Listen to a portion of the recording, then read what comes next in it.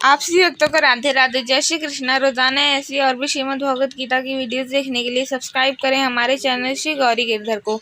इससे पहले की वीडियोस में हमने अध्याय पूरा पढ़ लिया था और अध्याय 2 सांख्य योग का श्लोक नंबर 1 से लेकर 51 तक पढ़ लिया था। आज की इस वीडियो में हम सभी पढ़ेंगे अध्याय 2 सांख्य योग का श्लोक नंबर 52, 53 और 54। चलिए शुरू करते हैं आज की इस वीडियो को। श्लोक नंबर 52। यदा ते मोह कलिलं बुद्धिव्यतिरिच्यते तदा गन्तासि निर्वेदं श्रोतव्यस्य श्रुतस्य च। इस श्लोक का हिंदी अर्थ होगा, जब तुम्हारी बुद्धि मोहरूप दलदल कलिल को तर जाएगी तब तुम उन सब वस्तुओं से निर्वेद वैराग्य को प्राप्त हो जाओगे जो सुनने योग्य और सुनी हुई है। इस श्लोक की व्याख्या होगी। आप सभी को बता दूं कि आप सभी पुराने श्लोकों को पढ़ना चाहते हैं तो आप हमारे चैनल पर जाकर पुरानी वीडियोस में उन सभी श्लोकों को पढ़ सकते हैं।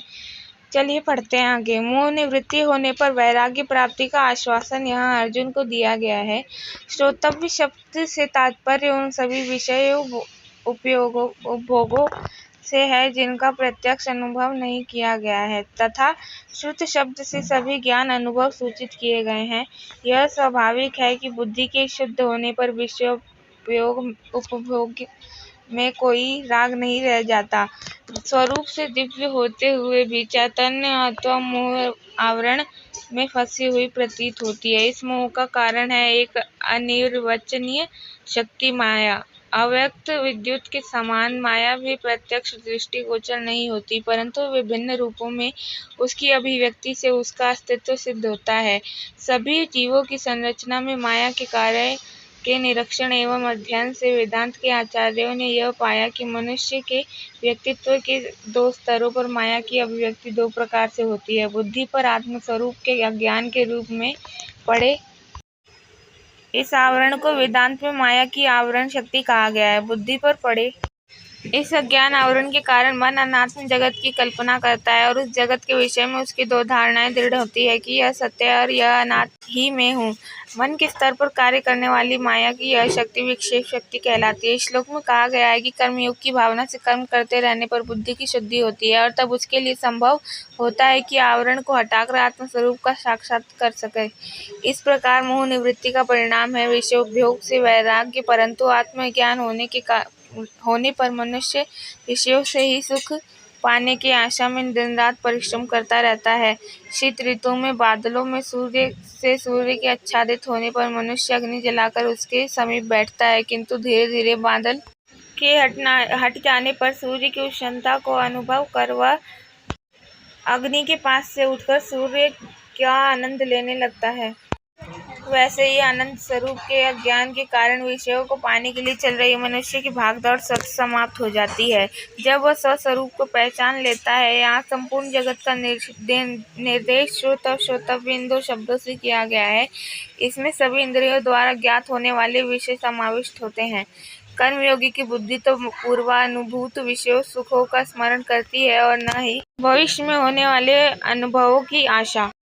भाष्यकार भगवान शंकराचार्य अगले श्लोक की संगाति बताते हैं कि यदि तुम्हारा प्रश्न हो कि मोह आवरण को भेद कर विवेक जनित आत्मज्ञान को प्राप्त कर कर्मयोग के फल परमार्थ योग को तुम कब पाओगे, सुनो। श्लोक नंबर 53। श्रुति विप्रतिपन्ना ते यदा स्थास्यति निश्चला समाधावचला बुद्धिस्तथा योगमवाप्स्यसि। इस श्लोक का हिंदी अर्थ होगा, जब अनेक प्रकार के विषयों को सुनने से विचलित हुई तुम्हारी बुद्धि आत्म स्वरूप में अचल और स्थिर हो जाएगी, तब तुम परमार्थ योग को प्राप्त करोगे। आप सभी को याद दिला दूं कि आप सभी चैनल पर नए हैं तो आप हमारे चैनल को सब्सक्राइब करके बेल नोटिफिकेशन को ऑन जरूर कर लें। चलिए पढ़ते हैं आगे।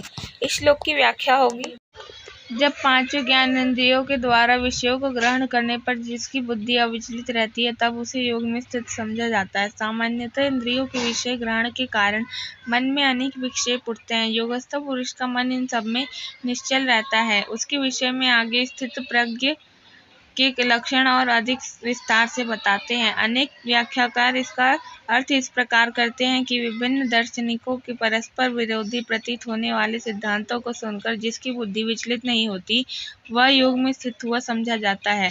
अब तक के प्रस्तुत किए गए तर्कों से इस विषय में अर्जुन की रुचि बढ़ने लगती है और उन्माद का प्रभाव कम होने लगता है। अपने विषाद और दुख को भूलकर श्री कृष्ण के प्रवचन में स्वयं रुचि लेते हुए ज्ञानी पुरुष के लक्षणों को जानने की अपनी उत्सुकता को वह नहीं रोक सका। उसके प्रश्न से स्पष्ट दिखाई देता है कि वह भगवान के सिद्धांत को ग्रहण कर रहा है, फिर भी उसके मन में कुछ है जिसके कारण वह इसे पूर्णतः स्वीकार नहीं कर पा रहा था। प्रश्न पूछने के लिए अवसर पाकर समत्व में स्थित बुद्धि वाले पुरुष के लक्षणों को जानने की उत्सुकता से अर्जुन प्रश्न करते हैं। श्लोक नंबर 54। अर्जुन उवाच स्थितप्रज्ञस्य का भाषा समाधिस्थस्य केशव स्थितधि किं प्रभाषेत किमासीत वज्रेत किम। इस श्लोक का हिंदी अर्थ होगा, अर्जुन ने कहा, हे केशव, समाधि में स्थित स्थिर बुद्धि वाले पुरुष का क्या लक्षण है? स्थिर बुद्धि पुरुष कैसे बोलता है, कैसे बैठता है, कैसे चलता है? इसके पूर्व के 2 श्लोकों में कर्मयोग पर विचार करते हुए सहज रूप से कर्मयोगी के परम लक्ष्य की ओर भगवान ने संकेत किया है। यह सिद्धांत बुद्धिगाह का एवं युक्तियुक्त तथा भगवान श्री कृष्ण के मुख से सुनने पर उसके प्रामाण्य के विषय में भी कोई संदेह नहीं रह जाता। अर्जुन का स्वभाव ही ऐसा था कि उसे कर्मयोग की ग्राह हो सकता था। प्रथम अध्याय का शोकाकुल अर्जुन अपने शोक को भूलकर संवाद में रुचि लेने लगा। कर्मशील स्वभाव के कारण उसे शंका थी कि बुद्धि योग के द्वारा जीवन के लक्ष्य को प्राप्त कर लेने पर इस जगत में कर्ममय जीवन संभव होगा अथवा नहीं। समाधि आदि शब्दों के प्रचलित अर्थ से तो कोई यह ही समझेगा कि योगी पुरुष आत्मानुभूति में अपने ही एकांत में रमा रहता है। प्रचलित वर्णनों के अनुसार नए जिज्ञासु साधक की कल्पना होती है कि ज्ञानी पुरुष इस व्यावहारिक जगत के योग्य नहीं रह जाता। ऐसे धारणाओं वाले घृणा और कूटनीति के युग में पला अर्जुन इस ज्ञान को स्वीकार करने के पूर्व ज्ञानी पुरुष के लक्षणों को जानना चाहता था। स्थित प्रज्ञ के लक्षणों को पूर्णतः समझने की उसकी अत्यंत उत्सुकता स्पष्ट झलकती है जब वह कुछ अनावश्यक सा यह प्रश्न पूछता है कि वह पुरुष कैसे बोलता है, कैसे बैठता है आदि।